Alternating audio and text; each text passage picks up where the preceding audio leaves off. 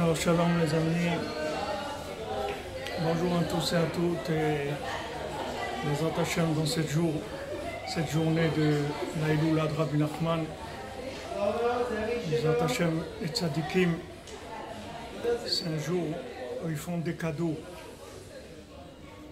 Les tzadiks, la différence entre nous les tzadiks, c'est que nous, quand c'est notre anniversaire, on nous amène des cadeaux. Le tzaddik, quand c'est son anniversaire, alors il fait des cadeaux.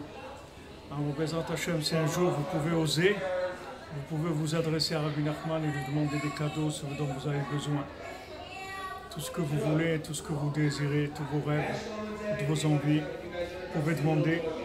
C'est un jour où il fait des cadeaux. Hiloula des tzadikim, mariage, c'est là où il fait des cadeaux. Comme on a parlé hier des 7 mendiants, alors le jour du mariage, alors ils ont fait des cadeaux. Le tzaddik il fait des cadeaux. Alors ce jour-là, c'est le jour que Rabbi Nachman il a choisi pour quitter ce monde. Et comme l'a dit mon ami Yitzhak des États-Unis, il a fait une belle remarque. Il a dit que maintenant, le jour de la Hiloula des tzadikim, alors on va émettre la lumière du tzadik. Elle est là 3 jours avant et 3 jours après. Je vérifie c'est bon, si vous entendez, si tout est ok. Ouais. Donc la lumière du tzaddik, le jour de la Hiloula, on dit que sa lumière, elle est là 3 jours avant et 3 jours après. Donc ça fait que, comme Rabbi Nachman, il est décédé ce jour-là de Moshe Rabbeinu, la Hiloula de Moshe Rabbeinu, qui est Netzach, et qui est au milieu de Sukkot. Alors, comme la sphira de Netzach, chez Ben Netzach, c'est au milieu de la sphira Taomer, c'est le 25e jour, il y a 24 jours avant, 24 jours après. À Sukkot aussi, il y a 3 jours avant, 3 jours après. Ça veut dire que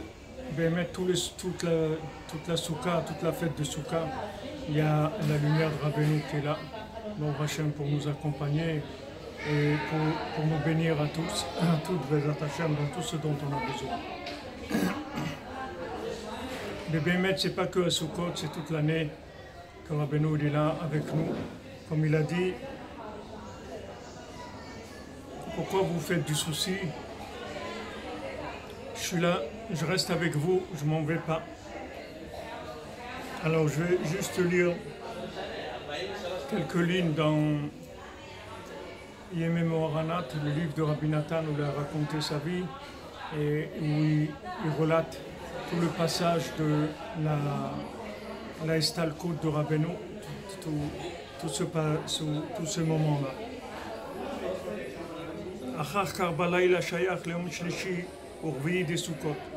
Donc la nuit du 3e jour, qui est le début du 4e jour de Sukkot, c'est le dernier jour de sa sainte vie.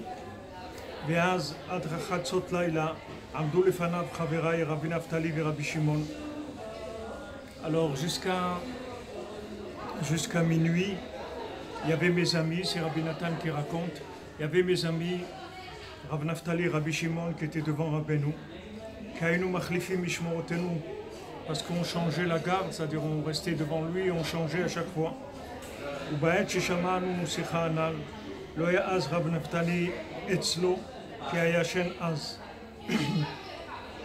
Et quand on a entendu cette discussion-là, où il a parlé de son décès et qu'il allait rester avec nous après, alors Rabbi Naftali n'était pas là à ce moment-là, il dormait.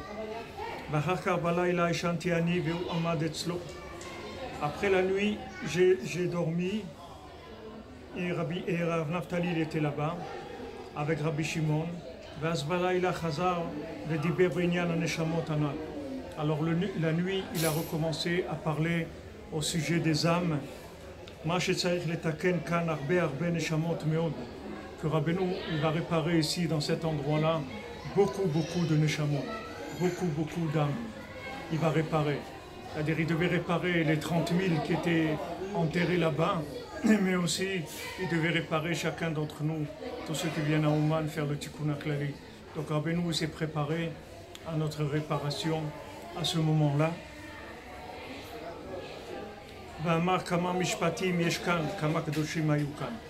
Combien de jugements il y a là, combien de gens saints il y a là, c'est-à-dire combien de jugements qui se font pour tous ces gens qui viennent pour chercher une réparation. Anna et Rav Naftali Amarlo, Allo Amartem Batora Vayomer Boaz El Rut, Shatzadik Hakadol, Amuflag Mal Ameod, Yechol Ligmur Ha'inyan Bechaya. Vous avez dit dans la Torah de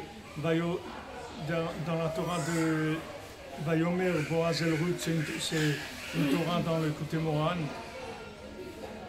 Je ne me souviens plus, c'est sa mère, je ne sais plus si c'est sa mère bête, je ne me souviens plus, non pas sa mère bête.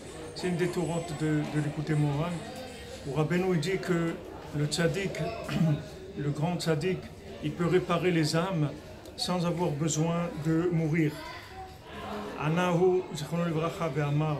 Alors Rabbeinu il a répondu, il a dit, Lo amarti lachem ki im ize prina mize. Je vous ai dit qu'un angle de la chose, qu'une partie de cette chose-là, qui est à Echer Lelech Lustalek Bishvilze, parce qu'il y a une nécessité de partir, de quitter ce monde pour cette chose-là. Je vous avais dit que Rabbeinu il avait vu qu'on devait prendre un tzaddik comme sacrifice pour Rosh Hashanah. Et dans une vision, on lui a demandé à lui, il a dit d'accord, vous pouvez me prendre. Après, il a regretté. Et il y a quelqu'un d'autre qui s'est présenté, c'est Rabbi Yitzhak de Berditchev. Donc ils l'ont pris à lui. Mais Rabbeinu l'a dit, j'ai quand même peur, je suis quand même inquiet.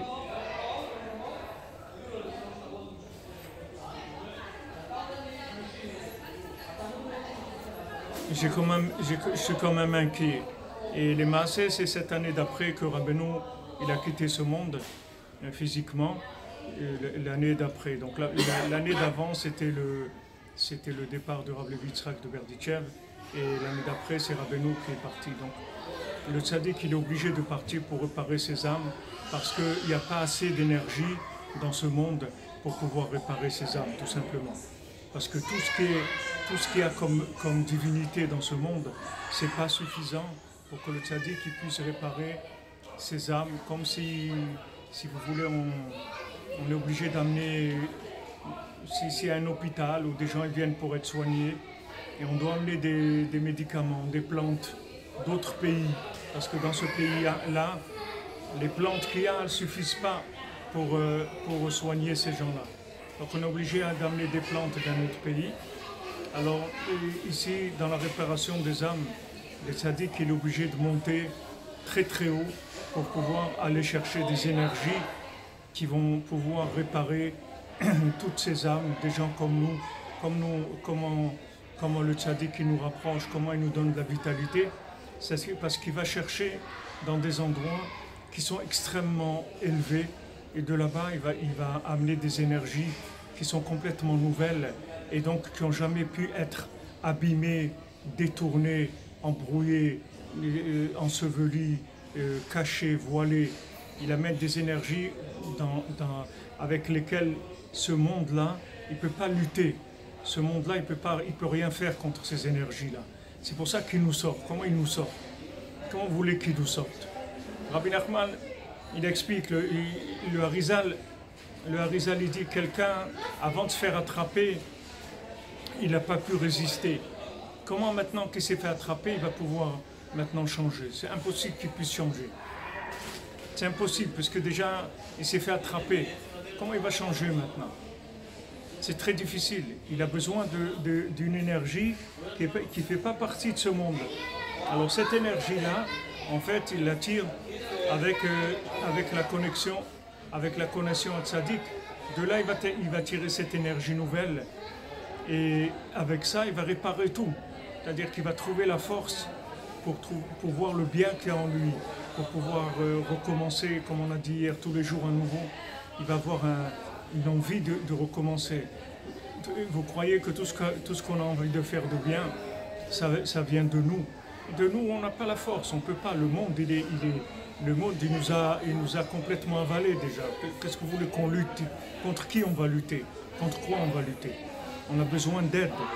Et cette aide-là, ce sont des énergies qui viennent d'en haut, qui sont complètement nouvelles et qui sont d'une puissance comme il n'y a jamais eu dans le monde.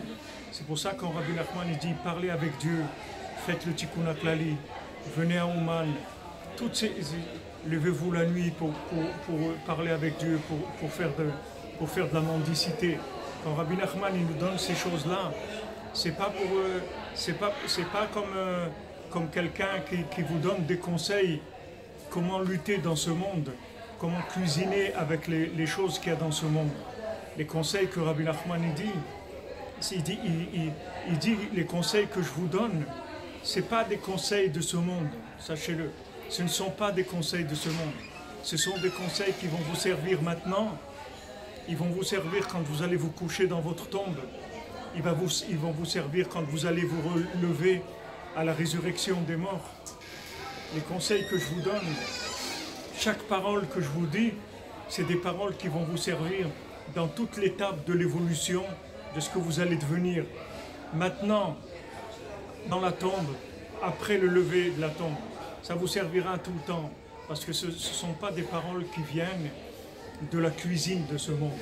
Tous les tzadikim qui vous donneront des conseils, c'est des conseils qui vont vous aider de votre vivant par rapport aux éléments qu'il y a autour de vous, comment gérer et faire le tri entre le bien et le mal, comment se renforcer contre le mal, comment développer le bien, comment faire du coach sur le bien. Ils vont vous donner des conseils qui sont des conseils de ce monde. Mais nous, les conseils de ce monde, on les a détruits complètement, on les a finis. Les conseils de ce monde, ils ne peuvent rien faire pour nous. Ce n'est pas quelqu'un qui va nous dire, allez, vas-y, fais des efforts et tout. Ce n'est pas avec ça qu'on va s'en sortir. On a besoin d'une lumière très très forte. On a besoin de conseils qui dépassent complètement toute la contingence de ce monde, qui dépassent complètement tous les éléments de ce monde. C'est pour ça que Rabbi Nachman il garantit la réparation de chacun, l'éveil de l'âme de chacun. Et il dit voilà, tout dépend uniquement combien vous allez m'écouter, combien vous allez vous rapprocher de moi, c'est tout. Si vous m'écoutez, vous rapprochez de moi, je vais vous amener dans des choses extraordinaires. Peu importe d'où vous venez, peu importe dans quel état vous êtes, ça n'a aucune importance. Parce que Rabbi Nachman, il connaît sa matière, il sait ce qu'il a entre les mains, ici d'où il a décroché ces médicaments-là. Alors Rabbi Nachman, il a dit, vous êtes comme quelqu'un, il a donné un exemple, il a dit, voilà, vous êtes comme quelqu'un qui est très malade, et maintenant il y a un médecin qui vient le voir, et il dit, voilà, pour soigner cette personne-là, il faut amener des plantes très rares qui se trouvent aux quatre coins du monde. Alors le père, il dit, je pense que c'était un roi, et ça c'était son fils, un prince. Alors le roi, il dit, moi je suis prêt à donner tout ce que j'ai pour sauver la vie de mon fils. Alors il dit, voilà, tu vas aller dans tel pays, dans tel pays, dans tel pays, tu vas acheter là-bas des plantes qui sont très chères. Alors le roi, il fait comme ça, il amène du monde entier toutes ces plantes. Et le médecin, il prend toutes ces plantes et il les fait cuire, il en fait une potion. Et cette potion-là, il prend des seaux entiers et il verse sur la tête du prince. Parce que le prince, il ne peut même pas ouvrir sa bouche. Alors il verse des seaux entiers et il dit peut-être à un moment, il va faire un mouvement et sa bouche va s'ouvrir et il y a une goutte qui va rentrer. Et s'il y a une goutte qui rentre, ça suffit, avec ça il va guérir. Alors nous, Rabbi Nachman, il a dit ça par rapport à ce qu'il fait avec nous. C'est-à-dire que maintenant, il va chercher des choses qui sont des secrets de la Torah, qui n'ont jamais été révélés dans le monde. Et il en amène des tonnes et des tonnes de secrets de Torah, qui sont chacun plus merveilleux, plus extraordinaires, plus redoutables les uns que les autres. Et il nous verse des tonnes sur la tête. Et il dit peut-être à un moment, il y a une goutte qui va rentrer. Et quand une goutte elle va rentrer, elle va faire son effet. Donc ce que Rabbi Nachman il amène, ce sont des conseils, des choses extrêmement puissantes. Extrêmement puissantes, qui sont là, qui sont au-dessus de l'entendement humain. Et alors, Mehdi, Bled, Bezrat Hashem, que Hashem il vous amène toutes les bénédictions qui vous libèrent de tous les soucis, Bezrat Hashem. Par le sroud de Rabbi Nachman, appuyez-vous sur Rabbi Nachman. Appuyez-vous sur Rabbi Nachman, faites appel à lui, appelez-le, demandez-lui. Il est là, il est avec nous. Et il a des outils qui n'ont jamais existé dans le monde. Il a des réparations, des moyens de réparer qui n'existent pas. Il peut réparer les gens les plus en difficulté, les plus déchus, les plus détruits, les plus abîmés. Il n'a aucun problème avec ça, parce qu'il a amené des médicaments complètement nouveaux. Donc il a dit voilà, non, je dois partir. Je dois partir, il a dit Rabbi Nachman. Je pars pour vous. Je ne pars pas pour moi. Alors on lui demande, on lui dit mais attends, mais si vous partez pour nous, pourquoi vous partez alors? Restez avec nous. Il dit je ne peux pas. Si je reste avec vous, je ne peux rien faire pour vous. C'est comme les enfants que je vous ai dit hier, les petits-enfants qui étaient avec le mendiant. Ils lui ont dit mais emmène-nous avec toi, prends-nous avec toi. Reste avec nous si tu veux, qu'on reste ensemble. Il dit je ne peux pas rester avec vous. Je ne peux pas rester avec vous. Pourquoi? Parce que ce dont vous avez besoin, il faut que je vais le chercher très très loin. Mais ce que je fais, c'est pour vous. Je pars pour vous amener ce dont vous avez besoin. Je vais aller en haut, je vais aller des endroits très très élevés. Et de là-bas, je vais aller vous chercher des médicaments qui n'ont jamais été livrés dans ce monde. Que personne n'a jamais eu l'autorisation, les accès pour livrer ces médicaments-là. Et bon, voilà, il a été chercher ces médicaments, il les amène et il nous les donne. C'est des médicaments faciles, c'est des médicaments gratuits et c'est des médicaments qui sont extrêmement puissants. Donc il a dit voilà, je suis obligé de partir, de quitter ce monde pour ça. Pourquoi je pars? Pour vous réparer. Je pars pour être avec vous. C'est pour ça que je pars. Je pars pour venir chez vous. Ça a l'air contradictoire. Mais parce que comme il est maintenant, dans ce monde, comme il était à ce moment-là, quand il a vu des gens comme nous, qui allaient arriver dans un état tellement lamentable, tellement catastrophique, en réanimation, des gens complètement à la limite de la destruction totale, il a vu ces gens-là. Alors il a dit, ces gens-là, on ne peut pas les réparer avec des moyens, des moyens connus, des moyens qui sont déjà révélés dans le monde. Ces moyens-là, ils n'ont pas servi, parce que s'ils avaient servi, ces gens-là, ils ne seraient pas arrivés là où ils sont arrivés.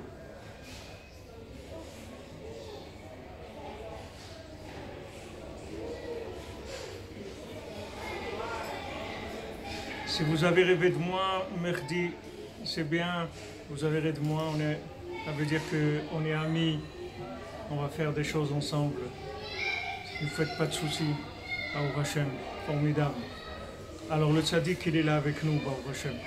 Il est là avec nous, et en fait le jour où il nous quitte, comme aujourd'hui, où il nous a quittés, c'est pas un jour où il nous a quittés, c'est un jour qu'il revient encore plus que ce qu'il a jamais été avec nous.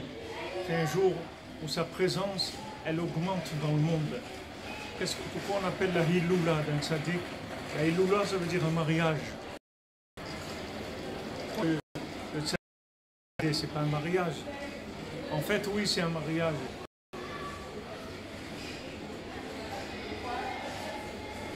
Pourquoi c'est un mariage? Parce que ça veut dire que c'est une connexion avec un autre niveau.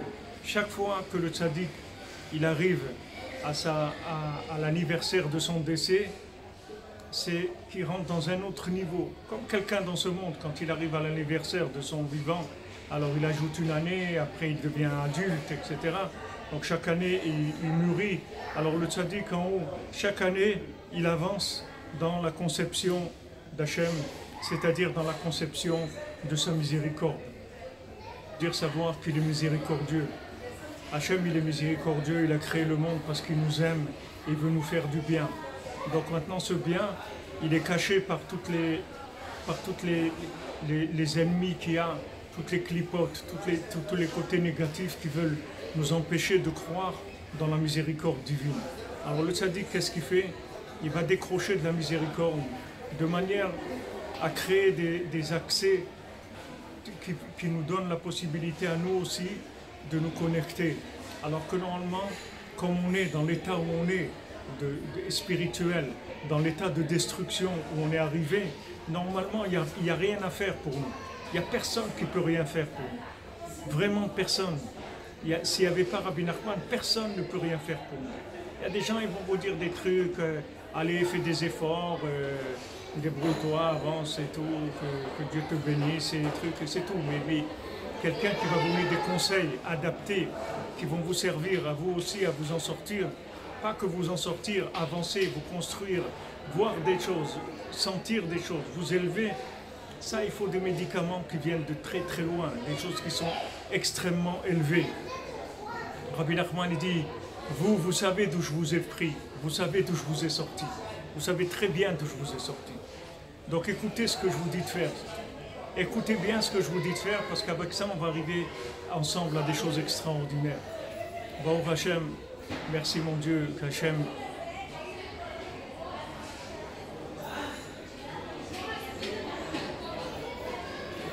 que Akadosh Baruch Hu, il a envoyé un tzaddik comme ça, comme Rabbi Nachman, qui est la solution finale de l'humanité, c'est-à-dire de la réparation finale du monde. Baruch Hashem qu'il a envoyé comme ça en plein milieu de Sukkot, dans cette fête qui est une fête de rapprochement total, puisque c'est la fête où toutes les nations elles doivent amener des offrandes au Beth Amikdash. Toutes les nations elles doivent amener des offrandes le jour de Sukkot, pendant Sukkot, au Beth Amikdash, au temple, absolument toutes les nations. Donc c'est un jour de grand rapprochement où tout le monde a accès. Et là, en plein milieu de cette fête-là, qui est une fête de rassemblement, une fête de joie, Sukkot, c'est Zman Simchatenu, c'est le moment de la joie. Quelle est la joie? La joie, c'est quand tout le monde rentre à la maison, c'est ça la joie. La joie, c'est quand on a l'accès à la Emouna, à tout le monde, que tous y sachent qu'ils doivent croire en Dieu, qu'ils doivent prier Dieu. C'est la seule chose qu'il y a à faire dans ce monde. Croire en Dieu et le prier et lui demander chaque chose dont on a besoin. C'est la seule chose qu'il y a. Rabbi Nachman, il donne la force pour faire ça. C'est pas de le dire. Quand Rabbi Nachman, il dit, c'est pas comme quelqu'un qui vous dit quelque chose. Quand Rabbi Nachman, il dit, il fait en même temps. Il fait que vous allez le faire. Quand il vous le dit et que vous avez confiance en lui, dans sa parole, il y a l'énergie pour faire ce qu'il vous demande de faire. C'est ça la différence qu'il y a. Ce ne sont pas des enseignements intellectuels, ce sont des enseignements qui sont radioactifs, qui sont interactifs. C'est-à-dire quand vous entendez une parole de Rabbi Nachman, ce n'est pas une parole intellectuelle, ce n'est pas une parole d'information, c'est une parole qui va vous donner la force de faire ce qu'il vous dit de faire, par le fait que vous avez la émouna en lui. Sinon, on ne pourrait pas.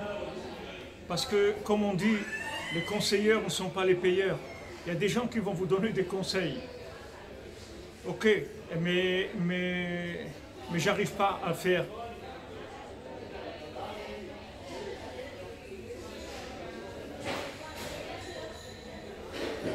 J'arrive pas à faire. Allumez une bougie pour Rabbi Nachman chez vous, vous allez voir les voisins, ils vont se calmer tout de suite. Allumez une bougie pour Rabbi Nachman. Vous avez une bougie, vous allumez une bougie, vous dites ça, c'est en l'honneur de Rabbi Nachman. Et vos voisins, ils vont se calmer. Ils vont se calmer, ils vont faire tchouva. Donc maintenant, Si quelqu'un il nous donne des conseils, mais il ne nous donne pas les moyens de les faire, comment on va faire? À quoi ça sert que tu me donnes un conseil si je ne peux pas le faire? Il faut que tu me donnes le moyen de le faire. Parce que dans l'état où je suis justement dans cet état-là, parce que je n'ai pas la force de faire des choses. Je sais très bien ce qu'il faut faire, mais je ne peux pas le faire. Je n'ai pas de force, je n'ai pas des énergies pour faire ces choses-là. Donc il ne suffit pas que tu me donnes un conseil. Il faut que quand tu me donnes le conseil, tu me donnes en même temps la force de réaliser le conseil. Sinon, je ne vais pas arriver. Alors Rabbi Nachman, quand il dit une parole, quand il dit le désespoir n'existe pas, alors il vous enlève complètement l'envie de vous désespérer et il vous donne l'espoir. En disant la parole, il vous donne la chose en même temps. Voilà, il leur dit aux petits-enfants dans les 7 mendiants, il dit voilà maintenant, je vous fais cadeau de ce que je vous ai dit. Ce que je vous ai dit, ce que je vous ai béni, maintenant je vous le donne. C'est-à-dire qu'il donne l'énergie pour réaliser les choses.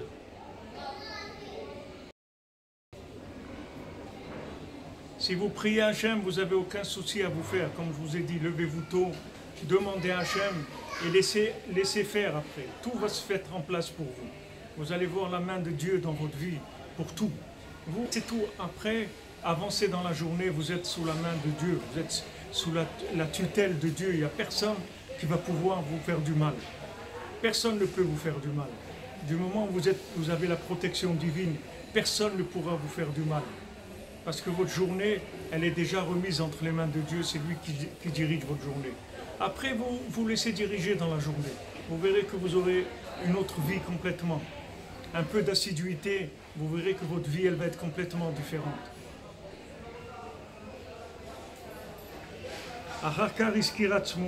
Après, Rabbeinu s'est souvenu, il a pris la clé de la commode. C'est le même mot en yiddish, la commode.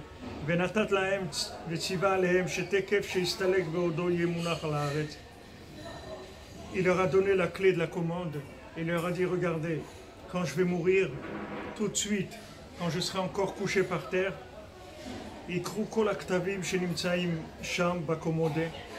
vous allez prendre tous les écrits qui se trouvent dans cette commode et brûler tous les écrits qui se trouvent dans la commode. Et les a mis en garde de faire ce qu'il leur demandait de faire, qu'ils ne s'amusent pas à essayer de garder des choses, qu'ils fassent ce qu'il leur a dit de faire, c'est-à-dire maintenant de brûler tous les écrits qu'il y a dans la commode.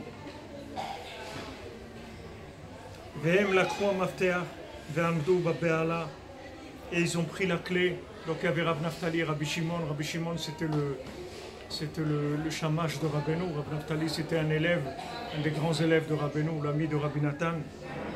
Ils ont pris la clé et ils se tenaient complètement affolés. Ils étaient en train de trembler, les Ochalim, et en train de pleurer avec beaucoup de douleur. Quand ils ont entendu tout ça, ils entendent leur maître qui leur dit ça. Leur maître qui leur dit ça, qui leur dit voilà, quand je vais mourir, voilà la clé, vous prenez tous les écrits, vous les brûlez. Alors là, comme on dit, ils ont réalisé que Béhémet il va partir, que c'est pas des paroles comme ça, c'est que ça y est, il s'en va, ça y est, il est en train de nous dire ce qu'on va faire.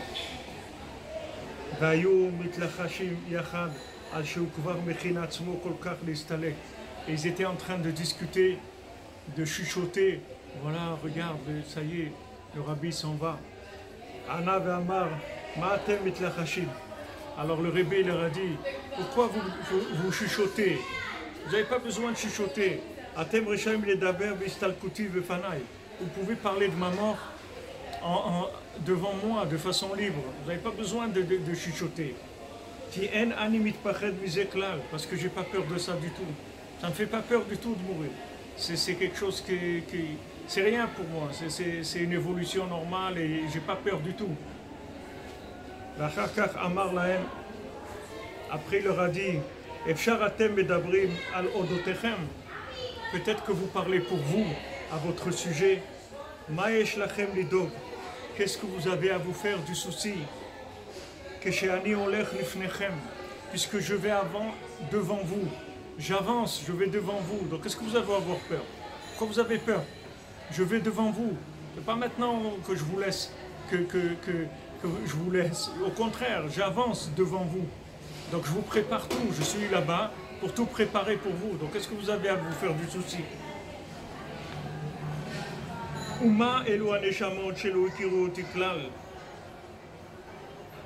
Et si vous voyez ces âmes-là, qui ne m'ont pas connu du tout, des âmes qui ne m'ont pas connu du tout,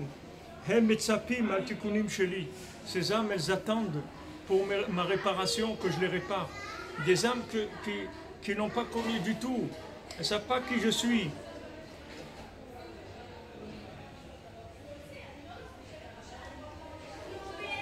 Baruch Hashem, si vous lisez le Tikkun HaKlali tous les jours, Madame Amar, vous pouvez être joyeuse que vous avez découvert le Tikkun HaKlali et que vous le dites tous les jours. Comme quelqu'un, il est venu en rêve à son fils, un monsieur qui habitait à Jérusalem. Une fois, son fils, il lui a demandé, il a dit, s'il te plaît, papa, fais-moi plaisir, fais un Tikkun HaKlali. Son père, il n'était pas dans ces choses-là. Il a dit, voilà, pour te faire plaisir, d'accord, je vais faire un Tikkun HaKlali. Après, quand son père il est mort, il est venu en rêve à son fils. Il lui a dit, mon fils, comment je peux te remercier? Tu ne sais pas comment ce Tikkun HaKlali que j'ai fait, comment il m'a aidé quand je suis arrivé dans le tribunal en haut. Tu ne peux pas t'imaginer comment il m'a aidé. Je te remercie. Vous voyez une personne qui a fait le Tikkun HaKlali, même pas parce qu'il avait envie, c'était pour faire plaisir à son fils. Une fois dans sa vie. Regardez comment ça l'a aidé devant le tribunal céleste. À plus forte raison, nous, que Baruch Hashem, on a envie de le faire. On a confiance dans le Sadiq. Et on n'en a pas fait que un, on en a fait beaucoup, des dizaines, des centaines. Baruch Hashem, comment on doit être content, comment on doit être content que c'est des choses merveilleuses. Mais comme maintenant on se trouve dans une atmosphère tellement épaisse qu'elle c'est de l'obscurité à couper au couteau, comme il y avait en Égypte, que l'obscurité elle était tellement épaisse qu'elle était matérielle. Quelqu'un il pouvait couper l'obscurité avec un couteau, elle était matérielle. Alors on ne ressent pas l'effet de ces choses-là.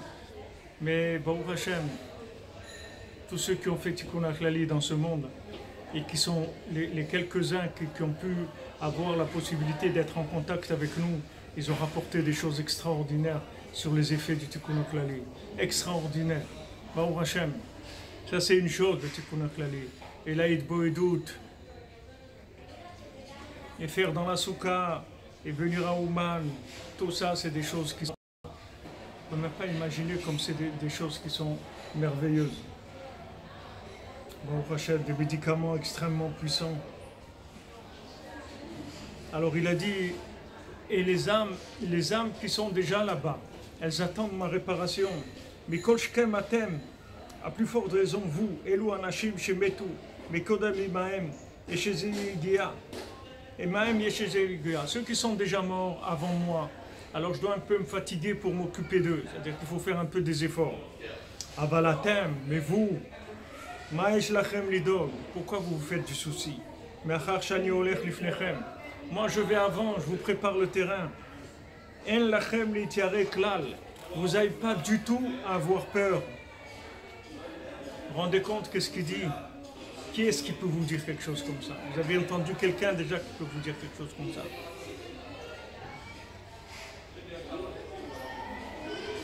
Qui est-ce qui peut vous dire une chose comme ça? Vous n'ayez pas peur du tout. J'avance devant vous. N'ayez pas peur du tout, du tout. Ne vous faites aucun souci. J'avance devant vous. Et qui est-ce qui peut vous donner des garanties comme ça pour vous libérer, pour vous soulager, pour vous enlever vos angoisses? Pourquoi vous angoissez? Voilà, on a un tzaddik. Il est parti avant nous. Il est parti il y a 200 quelques années pour préparer le terrain pour tous ces gens-là comme nous qui vont arriver et qui ont besoin de réparation. Baruch Hashem, il est parti devant nous. Il dit, n'ayez pas peur du tout. Je m'occupe de vous. Je m'occupe de vous jusqu'au bout. C'est pour ça que je suis parti. Pour m'occuper de vous. Donc pourquoi vous faire du souci? Et on a entendu encore des paroles redoutables comme celle-là de sa bouche. Au sujet des âmes et au sujet de la Istalkut, du décès. Les Kolzea Balaïla, tout ça c'était la nuit donc de mardi à mercredi. Cette année-là, où Rabbeinu il est décédé, le 4e jour de Sukkot, ça tombait mercredi. Cette année c'est aujourd'hui, c'est jeudi. Mais cette époque-là, cette année-là, c'était le mardi soir. Et Rabbi Nathan, il dit tout ça, moi je dormais, c'était Rab Naftali, Rabbi Shimon qui était là-bas. Après, je me suis réveillé 1 heure après Chatzot, il dit Rabbi Nathan. Je suis venu, je me suis tenu devant lui. Rabbi Naftali et Rabbi Shimon, Odam Omdim Lefanav. Et Rabbi Naftali et Rabbi Shimon, ils étaient encore là. Ve'u Yashav Az ala Kisei Anal. Et lui, il était assis sur sa chaise. Ki minam Motzei Shabbat Anal. Parce que depuis le Motzei Shabbat d'avant, Achar Sheyashav Me'et Le'et Vachetzi Retzufim ala Kisei. Il est resté assis pendant à peu près 18 heures sur sa chaise. Après, il avait l'habitude de s'asseoir, mais de façon intermittente. Les familles Shachav et Zeshaot à la mita. Des fois, il se couchait quelques heures. Après,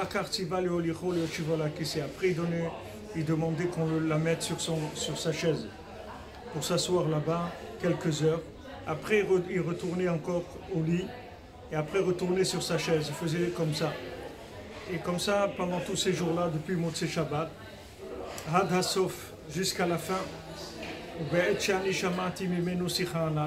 et au moment où moi j'ai entendu cette parole de lui, Menyan Amaase, au sujet de cette histoire-là, Aya Biyoto Shochev al Mitato, il était couché sur son lit, Vala il Hashem Shamu Sicha Anal, Ayoshev al Kis'o. Et quand eux, ils ont entendu ce qu'il leur a dit, il était assis sur son trône, sur sa chaise. Et quand je me suis réveillé, je suis venu devant lui. Il était encore sur sa chaise. Et Rabbi Naftali et Rabbi Shimon Amdou Lefanav Adain. Et Rabbi Shimon et Rabbi Naftali, ils étaient devant lui. Et Rabbi Naftali m'a raconté, il m'a chuchoté, il m'a dit voilà, regarde ce qui s'est passé. Qui leur a déjà donné la clé et leur a dit de brûler les écrits.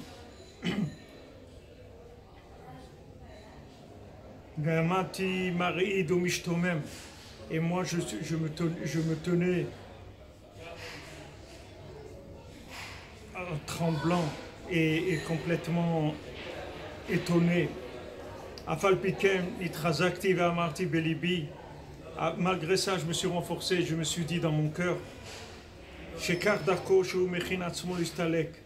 que c'est comme ça, lui il se prépare à mourir. Malgré ça, Hachem il ne va pas nous faire ça. Et c'est sûr qu'il va vivre.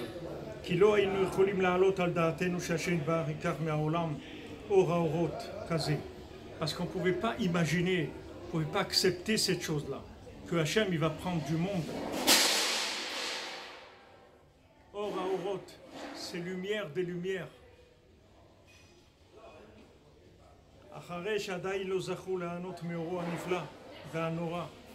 Alors que le monde il n'a pas eu encore le mérite de pouvoir tirer profit de cette lumière extraordinaire. Que le monde entier a besoin de lui, a besoin de recevoir de lui. Et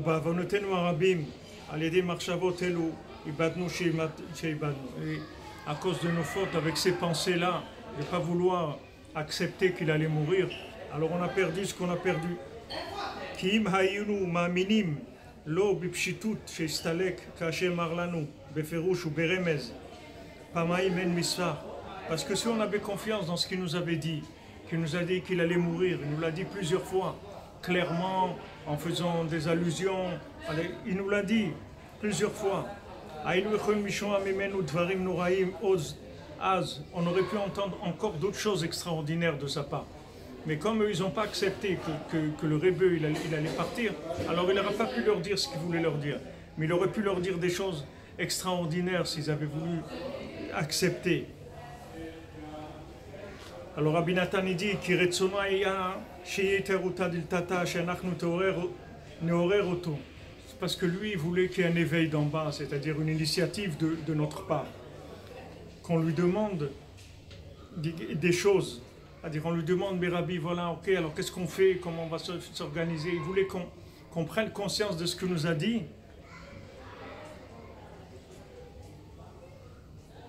Et qui nous aurait donné des réponses par rapport à ça. Mais nous on n'a pas voulu prendre conscience de ça. Et on a attendu une seule chose, c'est qu'il guérisse. Et de penser qu'ils nous disent qu'est-ce qu'on va faire une fois qu'il va mourir, ça on ne voulait pas du tout y penser.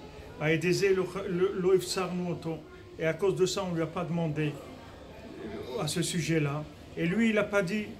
Et lui, il n'a pas dit parce que Rabbeinu ne disait jamais quelque chose s'il n'y avait pas une initiative d'en bas, une initiative des gens.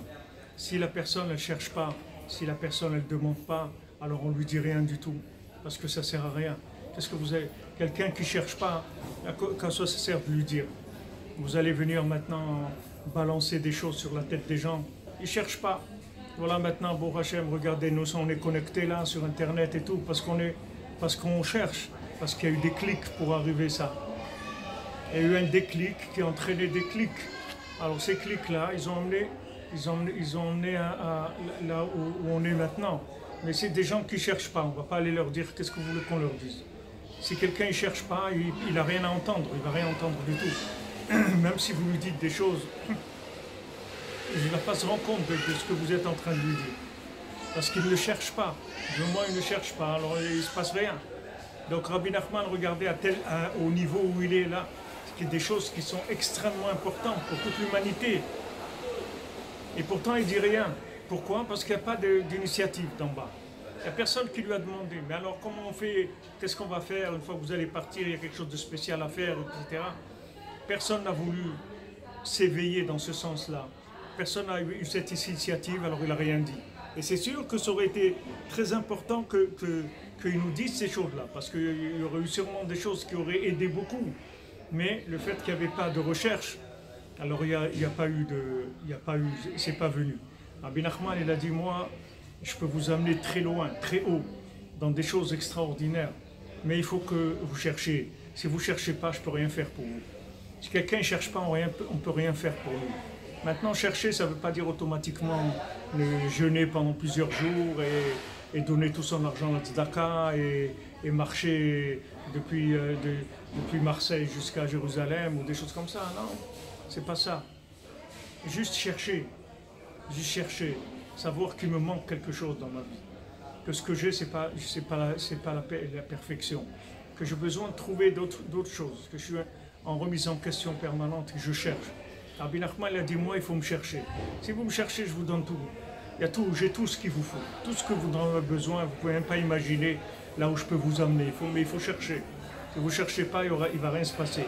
Donc à ce moment-là, c'est quand même un moment hyper important. Vous pouvez dire, bon, quand même, maintenant, il va partir. C'est pas comme s'il est là. Bon, aujourd'hui, il ne nous a pas répondu, il nous répondra la semaine prochaine ou le mois prochain. Maintenant, il va partir.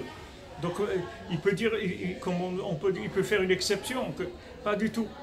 Pas du tout. Il n'y a pas eu d'initiative d'en bas. Il n'y a rien. Il n'y a rien parce que ça ne sert à rien. Ça ne sert à rien. Tout ce que Rabbi Nachman fait avec nous, c'est pour vous donner envie, pour vous donner du vouloir. Parce que si on ne veut pas, si on ne cherche pas, ça ne sert à rien. Vous pouvez donner à quelqu'un les choses les plus extraordinaires du monde. S'il ne les veut pas, ça ne sert à rien. Il ne verra rien. Il ne verra que de l'obscurité, c'est tout. S'il n'a pas un vouloir intérieur. Donc le vouloir de chacun, son initiative personnelle, elle est absolument primordiale pour l'accès à la sainteté, pour l'accès au conseil, pour l'accès à ces enseignements extraordinaires. Il faut un vouloir. Il faut un vouloir. Et plus le vouloir il est grand, et plus vous pouvez décrocher des choses extraordinaires.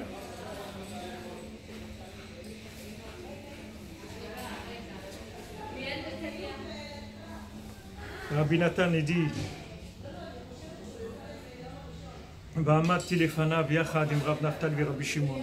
Donc on s'est tenu avec Rabbi Shimon et Rav Naftali, et lui sa chaise et il a parlé.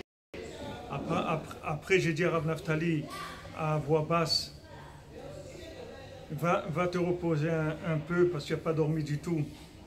Et il ne voulait pas partir du tout parce que il était amer, Rav Naftali, du fait qu'il a entendu de Rabbeinu qu'il allait partir. Et il voulait rester encore devant lui, profiter encore de ces moments-là, avec de l'amour, avec des languissements, de profiter de cette lumière extraordinaire, de la sainteté de son visage qui éclairait de façon extraordinaire à ce moment-là. Après un petit moment, alors Rav Naftali il a commencé à avoir sommeil et il est parti dormir. Et Rabbi Shimon aussi, il s'est mis à dormir par terre, dans la chambre même où Rabbeinu dormait. Et aussi le Mécharet, celui qui servait Rabbeinu, aussi il a été dormir. Et son épouse aussi, à celui qui servait Rabbeinu, elle a été dormir. Et tous y dormaient, ils restaient devant lui pour le garder, le servir, que moi tout seul. Donc Rabbi Nathan il s'est retrouvé seul avec Rabbeinu.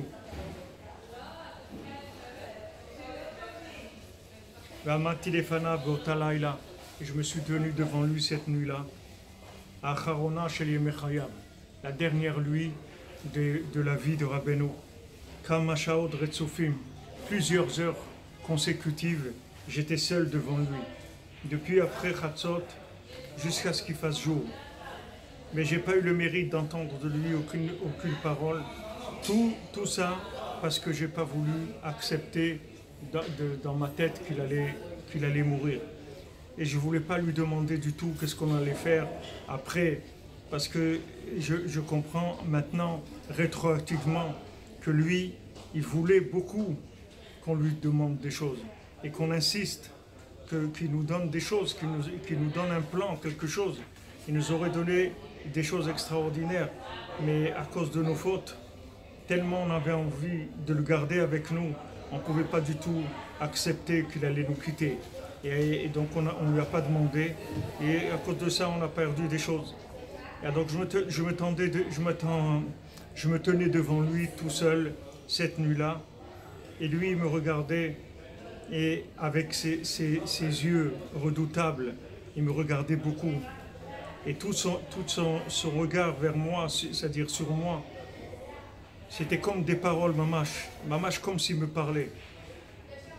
Et maintenant je comprends combien il m'a renforcé et combien de choses il m'a transmises par son regard.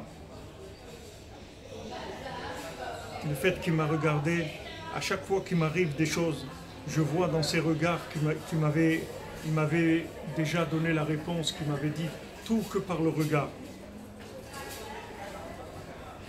Et tout ce qui m'est arrivé, Chas v'Shalom, après, des choses qui sont arrivées à tout Breslev et à moi, et dit Rabbi Nathan particulièrement, que Hachem, avec ses merveilles, ses miracles, il nous sauve. Je comprends que tout, c'était dans son regard. Parce que ses regards, c'était comme s'il me parlait. Almi ata nishar kol ha'otzarot haknuzim etzlecha. Et il demandait à Rabbi Nathan, par son regard, il lui dit comment tu vas rester avec tous les secrets qui sont cachés chez toi, et que tu es quelqu'un comme toi, parce qu'il va y avoir plusieurs qui vont se lever contre toi, et un homme faible comme toi, comment tu vas faire? Comme ça, ça passait dans son regard.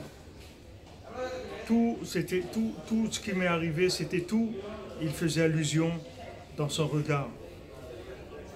Et chaque fois qu'il me regardait, il restait 1 heure comme ça à me regarder. Après, je me tenais encore devant lui jusqu'à qu'il a commencé à faire jour. Et j'ai commencé à être un petit peu joyeux, j'avais un petit peu de vitalité parce que je l'ai servi. C'était pas souvent que j'ai eu le mérite de le servir. parce qu'il voulait que ce soit le Mécharet habituel qui le serve. C'est que des moments qui sont très espacés où j'ai le mérite de le servir.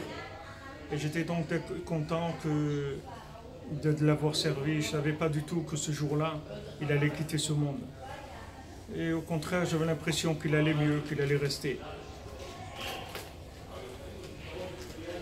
Et donc quand il a fait jour, alors les gens se sont levés, les gens qui avaient l'habitude de s'occuper de lui. Et moi j'étais au mikvé pour me préparer à la tfila.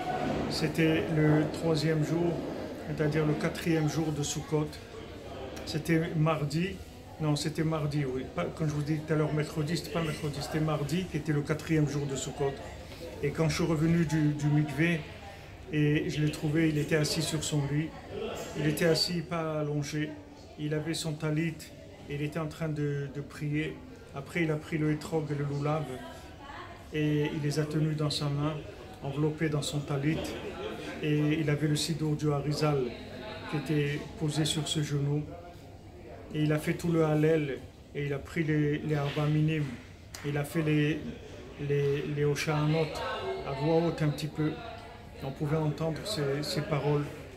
Heureux les yeux qui ont eu le mérite de le voir à ce moment-là et d'entendre sa voix à ce moment-là quand il tenait les quatre espèces de Sukkot. Et il a dit le Hallel et les Oshanot le dernier jour de sa vie, de sa sainte vie. Nous aussi on a filé la prière dans l'autre chambre et tout le monde a prié dans la pièce à côté, Betsibourg. Après la prière, j'ai dû passer par la chambre. J'avais besoin de quelque chose. Et il m'a regardé et j'ai parlé avec son frère, Rabbi Yechiel. Et je lui ai dit il dit que maintenant je suis tombé dans ma tête et que je commence à accepter le fait qu'il va mourir. J'ai besoin que vous me renforciez, que vous me renforcez. Parce que chez nous, c'était interdit de penser qu'il allait quitter, qu'il allait nous quitter.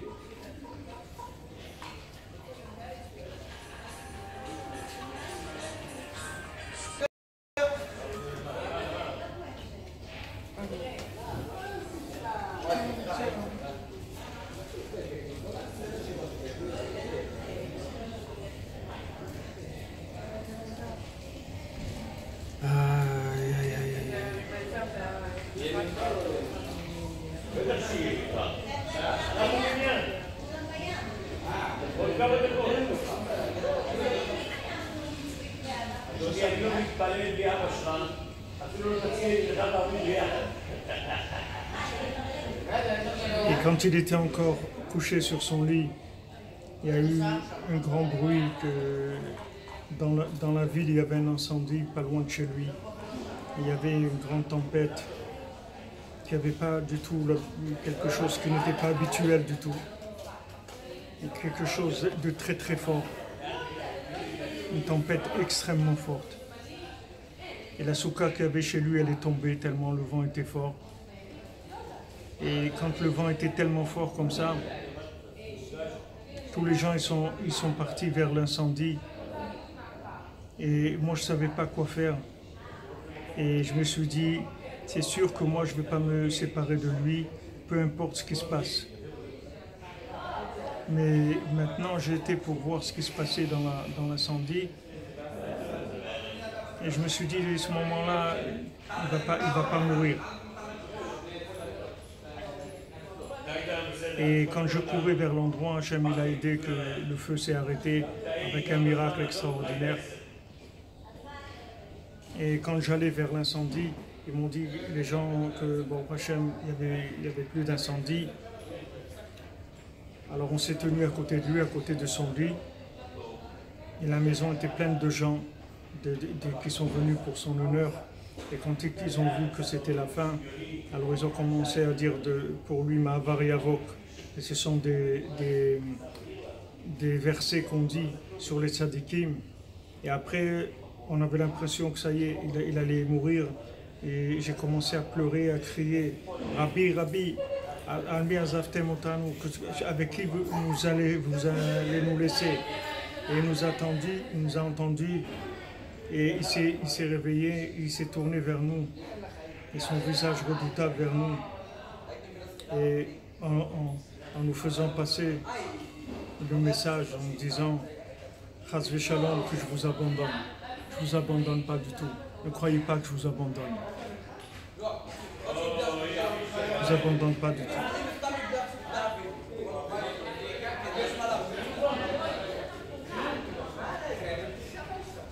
Après, pas très longtemps après, voilà, Rabbeinu il est décédé, et Vaï Asef El Hama il est retourné vers son peuple avec la sainteté, la pureté, grande pureté, propre et pur et brillant, sans aucun bilboul, aucune chose aucun trouble, sans aucun mouvement qui était bizarre, avec une tête reposée complètement de façon extraordinaire.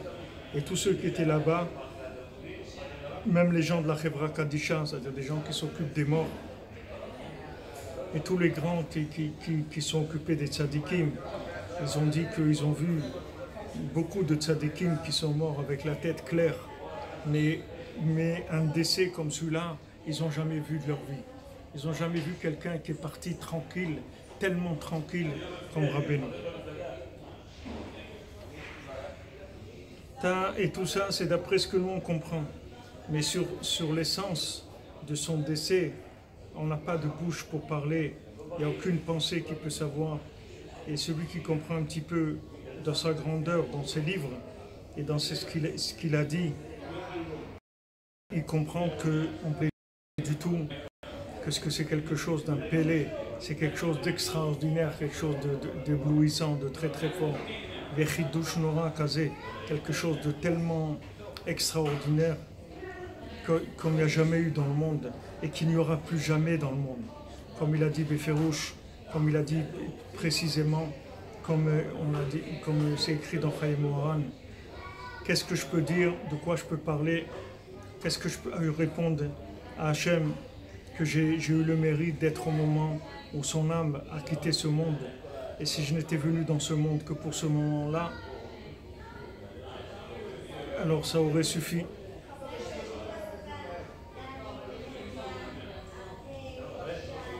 Et Rabbi Nathan a dit, il n'y a aucun homme sur terre qui a pleuré sur lui par terre comme moi, parce qu'après ils ont mis son corps par terre, et Rabbi Nathan il s'est mis par terre, il s'est rapproché de Rabbeinu, et il dit, je suis le seul sur terre qui s'est mis sur lui et qui s'est mis à pleurer, comme lui il a dit que moi je sais plus que les autres. J'ai compris de lui plus que les autres. Et comment c'était quelque chose de tellement beau de le voir qui était habillé avec son talit et avec son vêtement, qu'il y a personne qui l'a vu comme ça couché sur une table. Il était encore donc couché sur une table avec une crainte comme ça, redoutable, prêt à monter à l'endroit où il allait monter.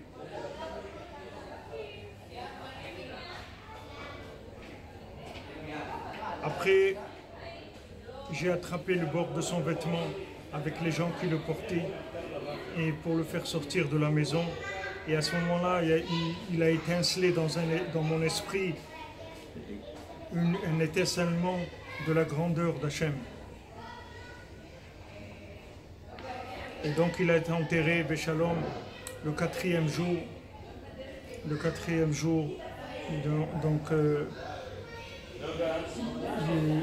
c'est-à-dire le mercredi plutôt, pas le quatrième jour, mais le mercredi, qui était le 5e jour de Sukkot à Ouman. Donc il a été enterré comme demain. Aujourd'hui, il est décédé en fin de journée, et le lendemain, il a été enterré, et à Ouman, la ville qu'il a choisie de son vivant pour être enterré là-bas, comme on a entendu de sa bouche sainte plusieurs fois, innombrables qu'il a dit plusieurs fois que la communauté de Ouman, c'est là-bas où il veut être enterré. Et donc c'est la seule raison pour laquelle il est venu à Ouman 6 mois avant d'être décédé. Hachem Idba Azro Beratsonia Biasé. Donc Hachem il a aidé et il lui a fait cette chose-là. Et il est arrivé Béchalom et il s'est couché Béchalom parce que là-bas c'était l'endroit qui lui était prêt depuis la création du monde de se tenir là-bas pour la réparation du monde, pour toutes les générations, pour tout celui qui viendrait là-bas et qui dira le Tikkun HaKlali comme il nous a promis de son vivant. Heureux celui qui a le mérite de cette chose-là, c'est-à-dire de venir là-bas et de faire Tikkun HaKlali. Voilà, Baruch Hashem, on a parlé de Rabbeinu, on a raconté la Istalkut de Rabbeinu, mais sachez que ça c'est que le départ physique. C'est sûr que pour ceux qui l'ont connu physiquement, ça fait très très mal parce qu'ils ont eu la possibilité de voir cette lumière vivante comme ça, physique.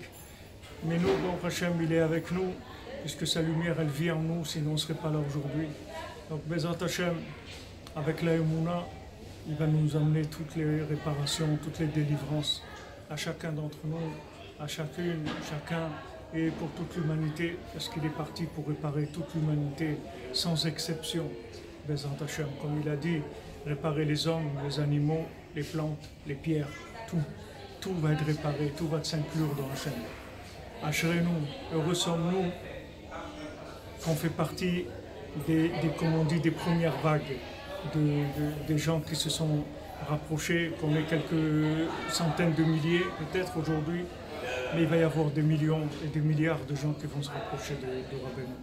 Alors, Bezat Hashem, qu'Hachem il vous bénisse à tous et à toutes, que la bénédiction de Rabbi Nachman soit avec vous, vous puissiez avoir confiance en lui, vous appuyer sur lui, et vous verrez que votre vie, ça va être une vie de bonheur, de joie, avec une lumière intérieure extraordinaire qui va vous permettre de sortir de toutes les addictions de ce monde, toutes les bêtises de ce monde. Elles ne vont plus vous intéresser du tout. Ce qui vous intéressera, c'est que le contact avec Dieu, c'est tout. Alors, Bezat Hashem Be'atzlacha, on se retrouve pour le prochain cours. Là, on est jeudi, donc demain c'est vendredi. Je ne sais pas, peut-être samedi soir. Dimanche soir c'est Yom Tov aussi. Peut-être le prochain cours on fera samedi soir. Si je peux avant, Simcha. Merci pour votre présence, pour votre assiduité, pour vos encouragements, pour votre soutien. Merci à tous, que vous soyez bénis, Bezat Hashem. Que le tzaddik vous bénisse tout le temps, qu'il soit tout le temps avec vous, pour vous protéger, vous bénir, Bezat Hashem.